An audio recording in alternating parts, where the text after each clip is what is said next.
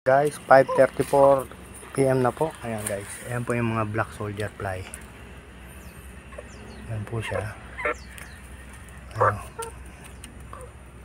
Ayan. Ganyan po siya kalalaki. Ayan o. Po. Ayan po yung mga black soldier fly natin. Ayan o. Gustong gusto po yan ng ating, simple lang po ang paggawa ko niyan. Ayan po yung mga nabubulok nating gulay, nililigay ko po sa plastic, kalima sa sako. Ayan po yung plastic, ito po yung sako. Ayan yung iba. Ayan, tapos tatakpan ko po niya para hindi nila makaykay, kasi po pag nakaykay nila, kahit maliliit pa lang kinakain na nila ng mga manok natin. Ayan, ganyan po yung black soldier fly po natin. Ayan po, yung malapad siya. Ayan po, simple lang po yung pag-aalaga ko niyan. Ayan, ganyan lang po. Liligay ko sa plastic bag o kalima sa sako. Ayan po. Sa pinakailalim po niyan, diyan po sila nag-i-stay. Inihigo po nila yung mga panang nabubulok natin. Tapos pagpagyari po niyan, magiging compost na natin yan, guys. Ito lang ha, nakabull siya. Tapos ayan, sa ilalim, ayan o, meron sa mga black soldier fly. Ayan o, gustong gusto po yan ng manok natin. High in protein po yan. Ayan o, ganyan po ang black soldier fly. Ayan o, ayan po.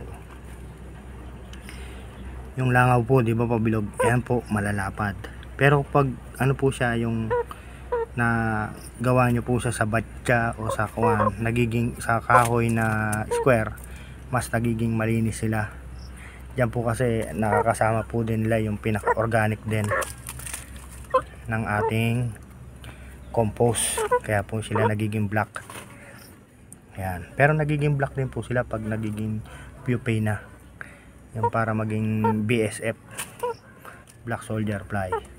Next time papakita ko po sa inyo naman kung ano yung tsura nyon pag nasa wild sila na dumadapo sa ating mga kan. Yan lang po. Yan, favorite po nila yan. Yan po, ubusin po nila yan. Makikita nyo pag kakaykayin pa nila.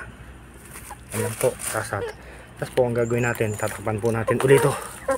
Yan, para po hindi nila kaykayin. Tatakpan lang po natin ganyan. Yan, pag natakpan na po natin, yan, tatakpan lang po natin ganyan. Ayan guys. Ayan guys, oh, tingnan nyo. Ayan, meron pa po sa ilalim niya, oh. Ayan po, ang black soldier fly. Ayan o, ayan o, ayan. Ganyan lang po. Tatakpan natin ng isa pang tray.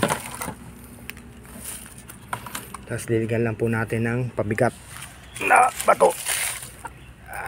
Para hindi po nila kakaykayin. Ayan, kagaya po ng ganyan. Ayan, pabigat.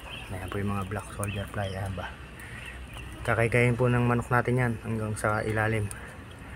Ayan.